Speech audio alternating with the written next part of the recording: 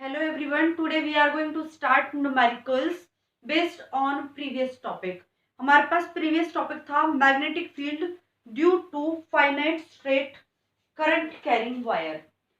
कल हमने जो टॉपिक लिया था उसमें हमारे पास एक फाइनाइट कंडक्टर लिया था, वायर ली थी. तो उसमें हमने क्या किया था, एक हमारे पास वायर थी. इस वायर में हमने यहाँ पर P पॉइंट पर मैग्नेटिक फील्ड फाइंड आउट की थी. अब यहां से हमने इस वायर से परपेंडिकुलर डिस्टेंस ली थी, जिस डिस्टेंस को A कंसीडर किया था, राइट. अब यहाँ पर हमने क्या किया था, इन दोनों पॉइंट एंड्स को इससे मीट कराया था ऐसे. फिर इस वायर पर छोटा सा पार्ट लिया था करंट एलिमेंट DL. यहां से एक लाइन को ज्वाइन किया था. ये एंगल आपके पास थीटा था, ये एंगल आपके पास φ1 और ये पूरा एंगल आपके पास -φ2 था. क्लियर. ये एंगल आपके पास 90 डिग्री और ये एंगल आपका 90 माइनस थीटा, राइट. ये आपके पास कॉन्सेप्ट था. ओके. अब आपके पास न्यूमेरिकल है. न्यूमेरिकल फर्स्ट है. फर्स्ट न्यूमेरिकल में आपको एक फाइनाइट वायर दे रखी है जिसके अंदर करंट फ्लो हो रहा है 2 एम्पियर. यहां से परपेंडिकुलर डिस्टेंस P पॉइंट तक ये दे रखी है हमें 10 मीटर और यहां से इसको ज्वाइन कराया हुआ है, इधर से इस एंड को ज्वाइन किया हुआ है. तो जो ये वाला एंगल है, ये एंगल आपको गिवन है 45 डिग्री का और ये एंगल आपको गिवन है 30 डिग्री का, राइट. ये कॉन्सेप्ट है. इस P पॉइंट पे आपको मैग्नेटिक फील्ड फाइंड आउट करनी है. इस P पॉइंट पर आपको मैग्नेटिक फील्ड फाइंड आउट करनी है. अब ये देखो, ये आपके पास सेम है. ये आपका क्या है, φ1 और ये क्या है आपका φ2 और ये क्या है आपका A. ओके. तो इस कॉन्सेप्ट में हमारे पास फॉर्मूला क्या आया था, फॉर्मूला आया था B is equal to mu not I upon में 4πA bracket start sine φ1 plus sine φ2. ये आया था हमारे पास. ओके. अभी देखो, इस क्वेश्चन में हमें सारी वैल्यूज गिवन है. B is equal to mu not upon में 4π. I कितना दे रखा हमें 2 एम्पियर. A कितना हमारे पास 10 और φ1 क्या है हमारे पास 45 डिग्री और φ2 क्या है हमारे पास 30 डिग्री. ये सॉल्व करना है आपको और आपको पता है साइन 45 की वैल्यू कितनी होती है. इसकी वैल्यू पुट कर दो 10 की पावर -7. ये 5 ज़ा 5 और ये वैल्यू होती है 1/√2. ये वैल्यू क्या होती है 1/2. इसको सॉल्व कर लेना. ओके. अब तो आपका सॉल्व हो जाएगा. ये क्लियर है. अब इसी तरह से हम लेते हैं सेकंड न्यूमेरिकल. सेकंड न्यूमेरिकल में दे रखा है आपको एक स्क्वायर दे रखा है. सेकंड न्यूमेरिकल में आपका एक स्क्वायर है और इस स्क्वायर पर करंट फ्लो हो रहा है इसमें इस तरह से एंटी क्लॉकवाइज डायरेक्शन में. और स्क्वायर है तो इस साइड आपकी क्या होगी, इक्वल होगी. और सेंटर पर यहाँ पर एक P पॉइंट है. इस P पॉइंट पर आपको मैग्नेटिक फील्ड फाइंड आउट करनी है. ओके. इस P पॉइंट पर आपको मैग्नेटिक फील्ड फाइंड आउट करनी है. तो कैसे फाइंड आउट करोगे, देखो, यहां से इसको ज्वाइन किया, यहां से इसको ज्वाइन किया. ओके. ज्वाइन कर दिया. अब आपको पता है ये जब बीच में है ये पॉइंट, तो ऐसे करेंगे हम लाइन को परपेंडिकुलर कट कर देंगे बीच में से. तो ये पूरी हाइट हमारे पास कितनी है A. तो इधर कितनी बचेगी A/2. इधर कितनी बचेगी हमारे पास A/2. क्लियर है, नहीं आया समझ. इतना दोबारा बताती हूँ मैं आपको. ये हमने एक स्क्वायर कंसीडर कर रखा, मतलब स्क्वायर आपको गिवन है. इस स्क्वायर के P पॉइंट, बीच में P पॉइंट पर मैग्नेटिक फील्ड फाइंड आउट करनी है और करंट की डायरेक्शन आपको इस तरह से दे रखी है. ओके, ए साइड दे रखी है। जब ये कंप्लीट आपके पास ए है तो ये हाफ पार्ट ऊपर का a/2, हाफ पार्ट नीचे का a/2। देखो इसमें आपको क्या दिख रहा है कि इसमें दिख रहा है आपके पास एक कंडक्टर है, ऐसे करंट ऐसे फ्लो हो रहा है, और यहाँ पर पी पॉइंट पर ये हो गई इसकी परपेंडिकुलर। ये हमारे पास हो जाएगा एक एक्स वाई। देखो इसकी तरह से x Y, current x2y, current x2y, और P point perpendicular, P point perpendicular, और ये डिस्टेंस हो गई a/2।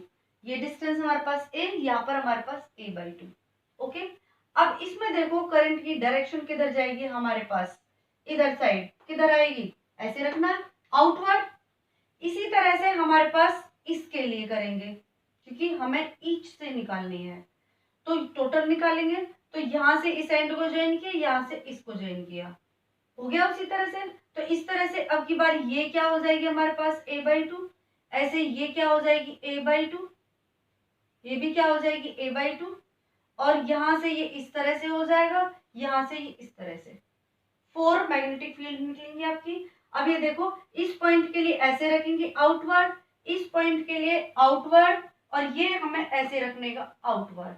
तो सारे पॉइंट्स पे आपके पास मैग्नेटिक फील्ड आउटवर्ड आउटवर्ड आती है, और सबका सम हमारे पास क्या आ जाएगा, हर एक पॉइंट की अलग अलग निकालेंगे। और ये आपको पता है कि जो मैग्नेटिक फील्ड है वो भी सुपरपोजिशन प्रिंसिपल को ओबे करती है।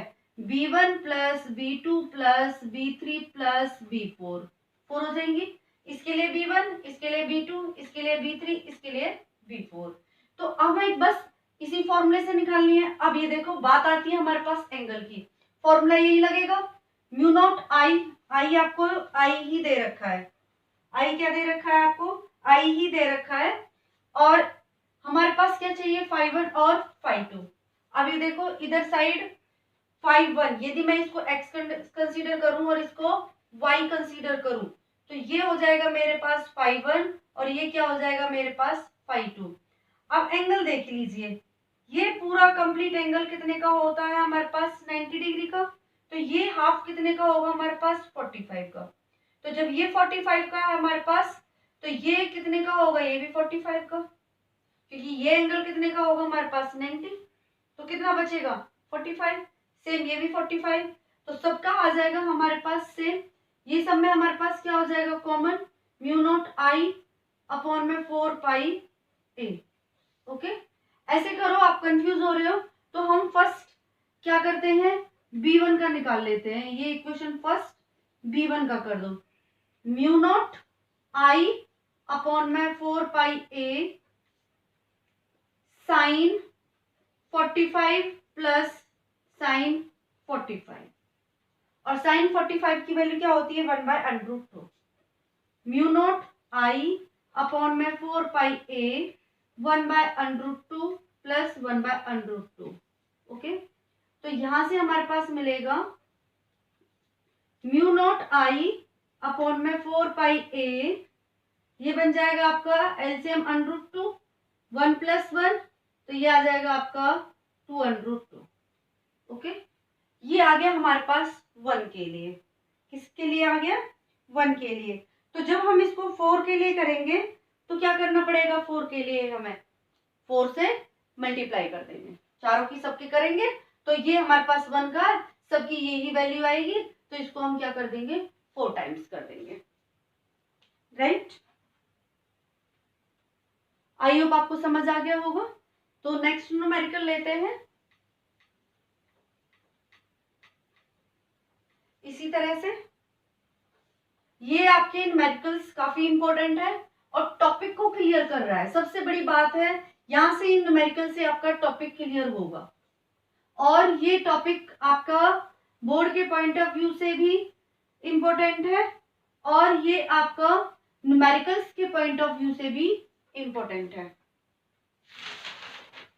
नेक्स्ट है ट्राइंगल का थर्ड न्यूमेरिकल। अब की बार हमारे पास इक्विलेटरल ट्राइंगल है। इक्विलेटरल ट्राइंगल में आपको पता है साइड क्या होती है, इक्वल।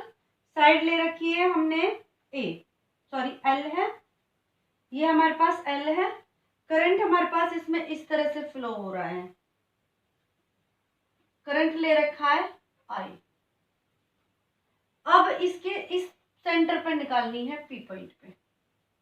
पहले हम चेक कर लेते हैं, थंब को ऐसे रखेंगे, ये कैसे आ रही है हमारे पास, इस तरह से, सॉरी हम किस तरह से रखेंगे, यहाँ से देखो अंदर की तरफ लेनी, इस तरह से, किधर जा रही है, इनवर्ड, और यहाँ से हमारे पास क्या आएगी, इनवर्ड, और ऐसे ही हमारे पास यहाँ से आएगी इनवर्ड। तो हम मैग्नेटिक फील्ड हर एक पॉइंट की, यहाँ पे B1, इसके थ्रू B2, इसके थ्रू B3, तो नेट हमारे पास मैग्नेटिक फील्ड आएगी B1 plus B2 plus B3, square की तरह है बिल्कुल। अब यहाँ से B1 की वैल्यू निकालकर 3 टाइम्स कर दोगे। अब ये देखना है यहाँ पर एंगल कितना बनेगा, इस तरह से। ये कंप्लीट एंगल आपके पास 60 का होता है, और ये हाफ कितने का होगा, 30 का, ये 90 का हो गया। अब ये आपका कितने का बच जाएगा, 60 का, ऐसे इधर 60 का आ जाएगा पूरा। अब हमें यहाँ पर देखो फॉर्मूला अप्लाई करेंगे B1 के लिए। B1 के लिए फॉर्मूला क्या होगा, म्यू नॉट अपॉन में 4 पाई A I साइन 60 मतलब 5 प्लस साइन 5 अब यहाँ पर हमें A चाहिए, A नहीं है हमारे पास। A क्या होती है, ये वाली डिस्टेंस, ये परपेंडिकुलर डिस्टेंस, तो इसका हमें यहाँ तक का पार्ट चाहिए। तो ये कैसे निकालेंगे हम, एक ट्रायंगल से निकालो ऐसे। ये कंप्लीट हमारे पास L है, तो ये हाफ इधर L/2, ये हमारे पास L/2। ओके, तो आप सॉल्व कर सकते हो। हमें ये वाली हाइट चाहिए, तो ये हो गया हमारे पास परपेंडिकुलर, और ये हो गया हमारे पास बेस। तो हमारे पास इस वाली टर्म से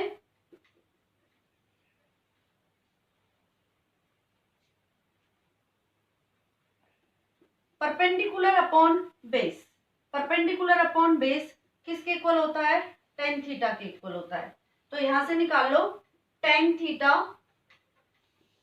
theta is equal to perpendicular, तो हमें फाइंड आउट करना था, परपेंडिकुलर को डिनोट कर दो A से, A अपॉन में L/2, और tan ये क्या बन जाएगा आपका, tan बन जाएगा 30, और tan 30 की वैल्यू क्या होती है आपके पास, 1/√2, ये आ जाएगा आपका A is equal to L/2 tan 30, ये मिला आपका L/2 1/√3, कितनी होती है 1/√3। ओके, ये आ गई हमारे पास A की वैल्यू, A की वैल्यू आ गई हमारे पास। अब इसमें पुट करो म्यू नॉट I अपॉन में 4 पाई A की वैल्यू पुट कर दो, L अपॉन 2√3, ये आ जाएगा आपका साइन 60 प्लस में sine 60 mu not I upon में 4 पाई L, ये 2√3 ऊपर चला जाएगा, साइन 60 की वैल्यू क्या होती है, √3/2 प्लस √3/2, ये आ जाएगा म्यू नॉट I 2√3 अपॉन में 4 पाई L, और ये बनेगा आपका हाफ हाफ है, तो ये √3 बनेगा। अब इससे आगे आप सॉल्व कर लेना इसको, ये आपकी B1 की है, और फिर इन सबको आप इतने टाइम्स मल्टीप्लाई करोगे, तो ये क्या हो जाएगी आपके पास, 3 से मल्टीप्लाई कर देना।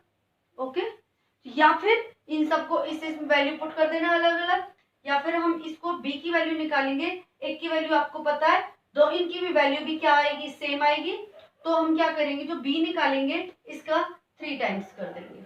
ओके, 3 टाइम्स करके जो B आएगा हमारे पास, B is equal to 3 times of mu not I, ये √3 क्या बन जाएगा आपका 3 म्यू नॉट I 2√3 सॉरी 3 बन जाएगा, ये 4 पाई L, ये बन गई आपके पास नेट मैग्नेटिक फील्ड, क्योंकि P पॉइंट पर आपकी नेट मैग्नेटिक फील्ड पूछी गई थी।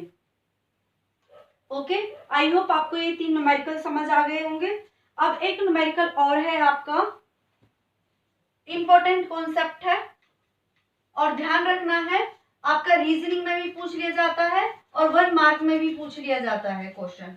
ओके, तो इसमें है आपके पास छोटा सा न्यूमेरिकल है, ये फोर्थ, इसमें पूछा गया है आपके पास कि वायर आपके पास इस तरह से है, और अब तक जो भी क्वेश्चन किए थे हमने, जो मैग्नेटिक फील्ड निकाली थी वो परपेंडिकुलर निकाली थी, और अब इसमें क्या पूछिए, इसके अलोंग ही पूछी है। कैसे पूछी है? अलोंग पूछी है। जब इसी के अलोंग है और हमें पता है मैग्नेटिक फील्ड परपेंडिकुलर निकलती है, परपेंडिकुलर पॉइंट पे निकलती है, तो इसके अलोंग जब सेम लाइन में आ जाएगी तो हमारे पास क्या बन जाएगा, वो जीरो बन जाएगी। ठीक है, तो क्या बनेगी, जीरो बनेगी मैग्नेटिक फील्ड। ये ध्यान रखोगे, ये ऑलवेज इस तरह से पूछी जाए तो आपके पास क्या रहेगी, जीरो रहेगी। नाइस कॉन्सेप्ट है ये आपका, समझना। Okay, thank you.